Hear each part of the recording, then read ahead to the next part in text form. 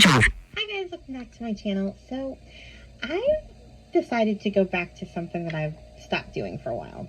I was covering kind of my thoughts on the Harry Potter series. I did a video for books 1 and 2 a couple years ago, and then I just never kept going. But I started listening to the dramatized edition, so I started taking notes for books 3 and 4, and I decided to start this up again. I don't think we're going to do full coverage for each book because they're so long, but I'm going to cover a few chapters at a time, and we'll kind of see how far we get. So I don't even know what this video is going to be called, because I don't know how far in each chapter I'm going to get to. So I just kind of wrote the chapter titles and took notes on each one, and if any thoughts came into my head. So yeah, let's just start with Harry Potter and the Prisoner of Azkaban. So chapter 1, Owl Post. Harry is doing homework at midnight, because the Dursleys, keep his magic books in the cupboard under the stairs, so Harry had to pick the lock and get his books and hide them under his floorboard so he could do his homework. So he has to do all of his summer homework in the middle of the night. We find out that, Harry hasn't really been able to talk to his friends much because Ron tried to call Harry at the Dursleys, and yeah, let's say I need this scene in the TV show because Ron is screaming like he's, he doesn't know how a phone works, so he's yelling like Uncle Vernon and him are across a football field. I want to speak to Harry Potter. And you can imagine how well that went. Harry gets birthday presents. We find out that the Weasleys get like a lottery winning and go on vacation to Egypt to visit Bill. And, okay, I wrote in my notes, I'm not sure whether to judge the Weasleys for going on vacation with their winnings. I see the value in making memories, but you have 5 kids at home who are still in school.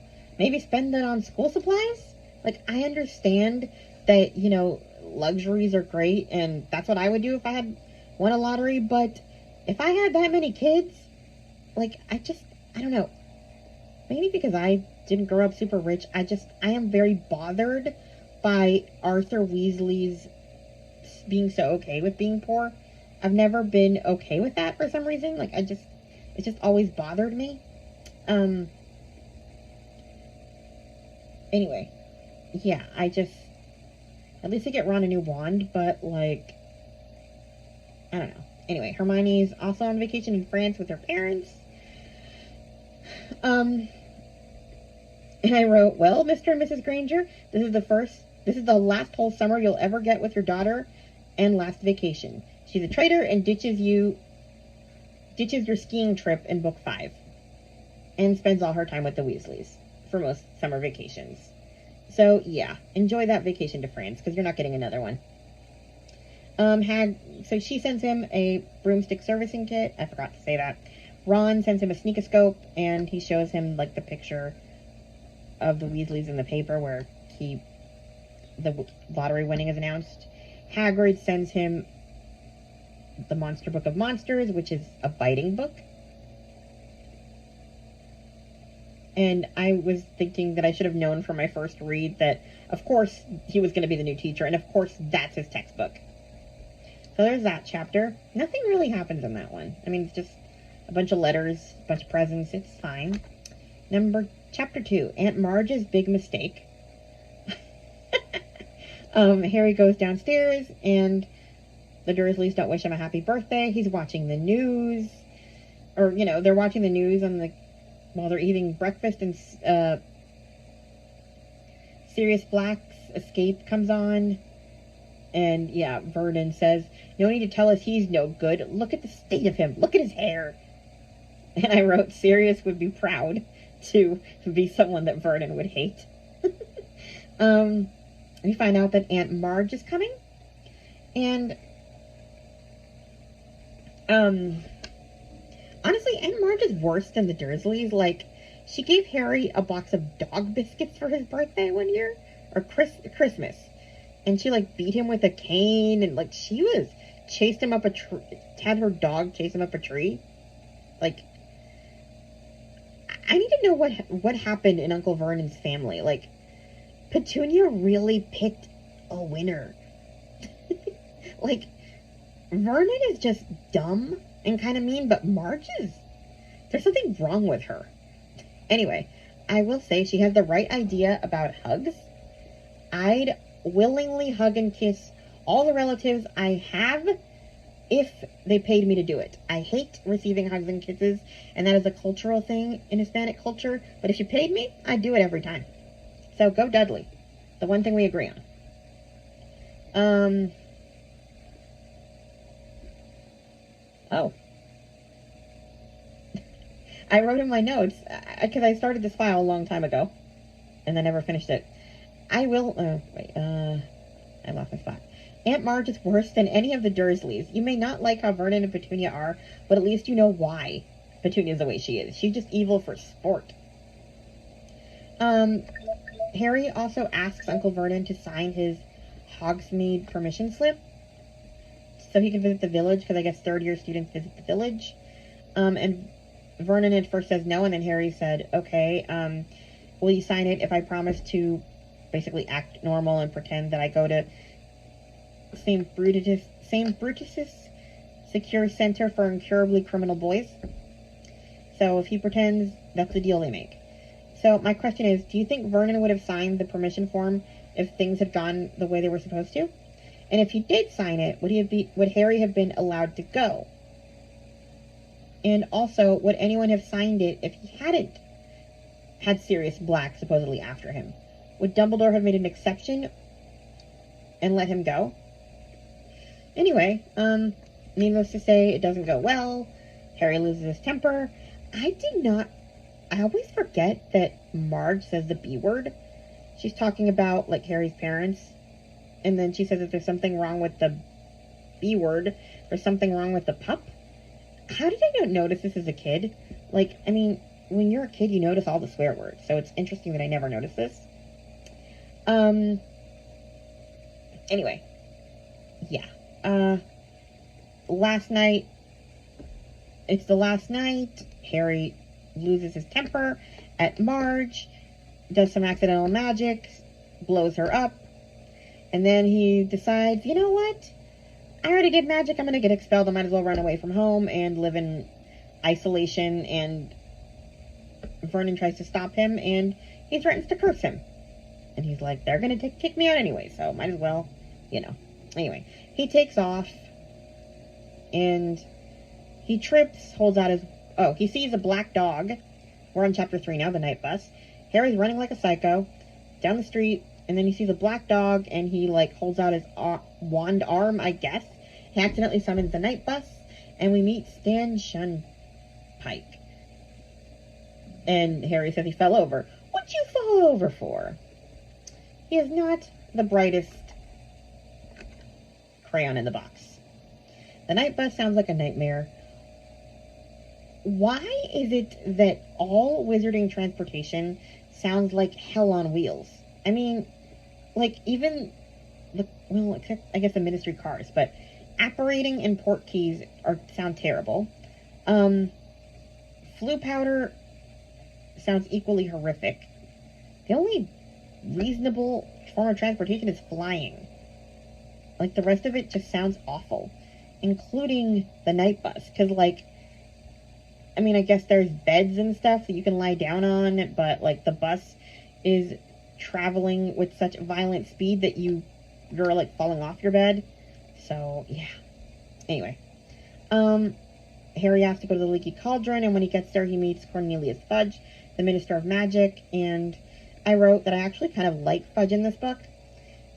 He's very, like, concerned about Harry, and he doesn't want to tell him why he's concerned. We'll get to that later, but he pretty much tells him that they punctured Aunt Marge, modified her memory, and Harry's just going to stay there for the rest of the summer. So chapter 4 is the Leaky Cauldron. Harry talks about the people that he sees at the breakfast table in the Leaky Cauldron. What's a warlock? He mentions a warlock. Like, in Halloween Town, a warlock is a male, like, witch. But here they're called witches and wizards, so what is a warlock? Anyway, Harry does his homework next to an ice cream shop, Florian Fortescue. He gives him Sundays every half an hour. That sounds very nice. To do my homework with free Sundays every half an hour.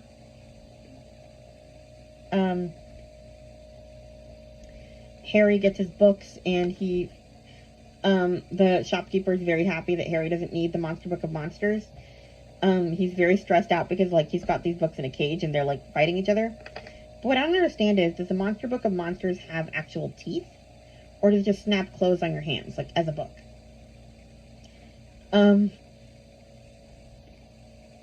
Yeah. There's also a talking mirror in Harry's room, and he's trying to flatten his hair, and it tells him, "You're fighting a losing battle there, dear." I wrote that quote because it was just funny. Ron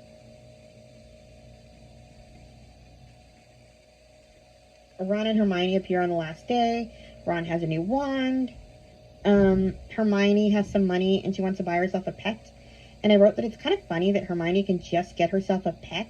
Like, I guess it doesn't matter because her parents can't complain because she doesn't even live with them. So just buy yourself an animal, no big deal.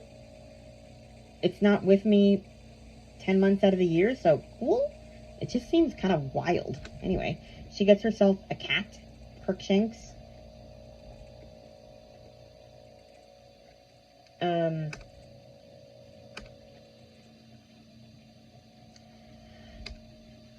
And yeah, he goes a little wild. Oh yeah, Ron sees that his rat Scabbers is looking a little sick, so he takes him in and they give him some rat tonic, and that's when Hermione gets her cat. And yeah, I guess the cat immediately has it in for Scabbers. We get back to Leaky Cauldron and we meet up with the rest of the Weasleys. We find out Percy is head boy and pretending that he and Harry haven't ever met. Hello, Harry, how are you? Anyway, they all have dinner, and then Harry has to go back to get Ron's rat tonic because Percy thinks that Ron, stole his prefect, his head boy badge or something, and she forces him to stay and look for it. Percy is particularly insufferable in this book. Anyway, he goes downstairs to get the rat tonic and hears Mr. and Mrs. Weasley arguing over whether to tell Harry that Sirius is after him. Mr. Weasley is all for telling him, and Mrs. Weasley is like, the truth would terrify him. And I wrote here, I know people say that Mrs. Weasley is a mother to Harry, but I just have never bought into that. She clearly doesn't know him, or she'd know that not knowing things is the biggest disservice you can do to him. Like, the reason that he does half the things he does is because he doesn't know stuff. Or they don't take him seriously. Like, you know what he does when he finds out on his own. So yeah, I don't like how they keep secrets from him later in book 5, and we're going to go into that in depth when we get there because that book enrages me. But this particular secret is really dumb. Like, you know how much Harry breaks rules, and Dumbledore's never been able to keep him safe, so why are we pretending it's all good because he's there? And Harry's got Voldemort out to kill him anyway, so what's one more person out to kill him? Like, you can't possibly stress him out any more than he already is. So you might as well tell him. Maybe I guess I could see not telling him the stuff he finds out later, which we'll get to. Like, the Sirius's godfather and stuff. Fine, I guess I could see that, because then Harry could go after him, but, like, he's already got one psycho after him, why not? Anyway, chapter 5, The Dementor. Mrs. Weasley, the next morning, Harry goes down to breakfast. Mrs. Weasley is giggling with Ginny and Hermione about making a love potion. This is where the fan fiction theory came up about Mrs. Weasley. A lot of people make fan fictions about where she gives Ginny a love potion to give to Harry. And there was this whole, like, plan for them to befriend the famous Harry Potter so that they could get stuff out of it. So, like, Ginny would end up with him and be rich or whatever, and Ron and Hermione would end up together. So, like, I don't know, a lot of people, like, want Harry and Hermione together, so they have Ron and Ginny giving them love potions so it's not actually real love, which is crazy, but okay. That's where it came from. They go to the station in Ministry cars. Mr. Weasley is marching Harry out to the cars like a bodyguard and expects Harry not to notice. Like, if you don't want to tell him, you're really doing a terrible job. He does fill him in soon after, though, so I guess that's fine. But, like, if he didn't notice anything was wrong before, he's noticing now. So, yeah, he warns him, like, whatever you might hear, don't go looking for him. So I guess he does kind of give him a little hint that there's more to the story than what he's telling him. So maybe Harry should have seen that coming. But again, Harry isn't the brightest crayon in the box. Oh yeah, Harry also says that he's pleased when Mrs. Weasley gives him an extra hug. That's kind of sweet. Harry wants to talk to Ron and Hermione alone, and Ron tells Ginny to go away. Which is dumb, because then, like, they don't even stay in that compartment. They tell her to go away, and then they go find an empty compartment. Why couldn't she just stay in that compartment and they go find a different one?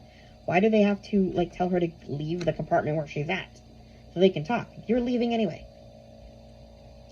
Anyway, they end up finding an empty compartment except for a sleeping Lupin. We never find out why he was actually there. Was he guarding Harry, or did he not have a way to get there? He can apparate.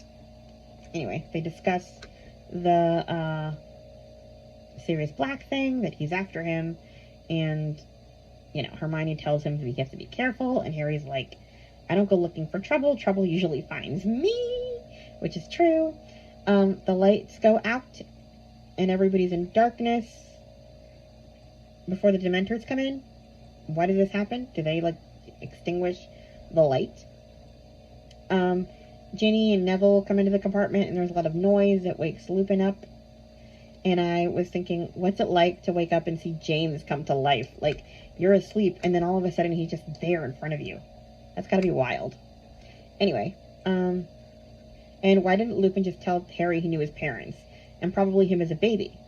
That's kind of what keeps me from seeing him as a favorite, like, father figure for Harry, because where has he been? And why doesn't he tell Harry who he is when he meets him? And he never writes to him after he leaves the school. So, like, it doesn't feel like he was that interested in being in his life at all. Like, say what you want about Sirius and him being reckless and everything, but he at least kept in touch the entire time. And Lupin doesn't have any excuse. Okay, fine. He doesn't know about him before, but, like, after third year, you'd think he'd write. That's weird. So I just don't consider him one of Harry's father figures. Anyway, the Dementors come in, and it gets cold. Harry faints. And Ginny comes close to fainting. We find out later that you see, like, your worst memories with the Dementors. And it's interesting that Ginny was close to fainting, but she didn't. I love how the cure is chocolate. Can chocolate be medicinal in our world in some way? Harry gets to school, and I guess Lupin snitches and tells McGonagall that Harry got sick on the train, so she calls Hermione and him into her office, and Madame Pomfrey comes in and checks him out, and she calls him delicate, and he's offended. Anyway, then she talks to Hermione. We find out more about that at the end, what she wanted to tell her. Yeah. So, we find out about that later. They go to the feast. They miss the sorting. They eat, and then Dumbledore announces the new teachers. Lupin is Professor for Defense Against the Dark Arts, and then we have Professor Hagrid for Care of Magical Creatures. Not sure how I feel about how that actually sounds, but alrighty.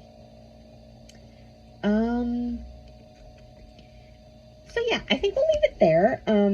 The first 5 chapters, you know, we get to Hogwarts. I think it's a good stopping place. I don't know how often I'll do these, maybe every couple of days, just to do a few chapters. It's kind of just seems like a good place to stop. So, yeah, just so they're not super long. Please like, comment, and subscribe. Let me know if you're enjoying this, and I'll talk to you guys in the next video. Bye! Stay charmed. Stop recording.